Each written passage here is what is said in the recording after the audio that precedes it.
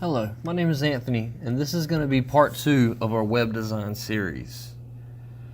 So this time we're going to be working on our troubleshooting technology page.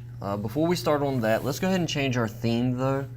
We have different themes that we can change, and it's going to change the look of our website from our background images to our text to the layout and everything. So I like the impression theme. Let's pick a new color. I'm gonna pick a custom color and go with blue. That's kind of bright, but that's my favorite color, so that's what we're gonna stick with. Alright, I got my theme picked. I'm gonna go ahead and change my font style. There's only a few to pick from, but I'm gonna pick that, and then we can go back to Insert tab. Now from Insert, we're gonna go ahead and put us a text box in. Let's go to our assignment, figure out what we need, which is going to be a professional or personal prompt from the chapter. Let's get the heading organized, centered, organized, and all that.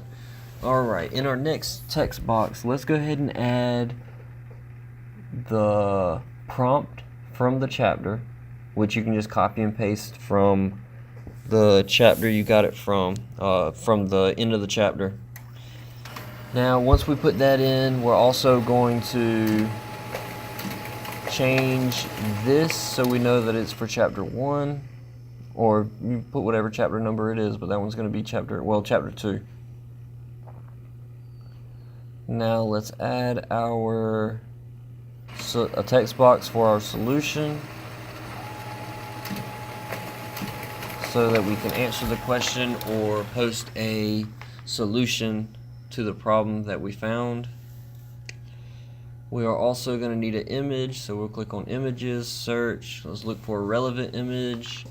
These are not going to work, so let's change that. Alright, let's go back to image, and yeah, that's a cell phone, so that's tech related. Let's do that. We got our image in there. Now let's put our citations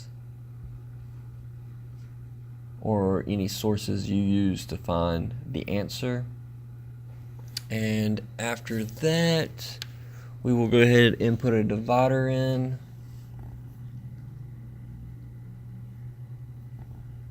Alright, now let's just duplicate all these sections so that we know the format's going to be the same for all of them. So you can duplicate them, and then you can click and drag them down or up or wherever you want to put them. So I'm duplicating and dragging them down to the bottom of the page. And this I should have actually went ahead and put in this text box. There we go. So now you see when I copy and paste that text box, it takes the image with it. So I like that better. Then we can do our citation text box and then click on divider. Let's change this to emphasis 2, and let's continue that process all the way down for all our placeholders. So we're going to have chapter 2, chapter 3, chapter 4, and chapter 5 to do. So there we go, add a divider.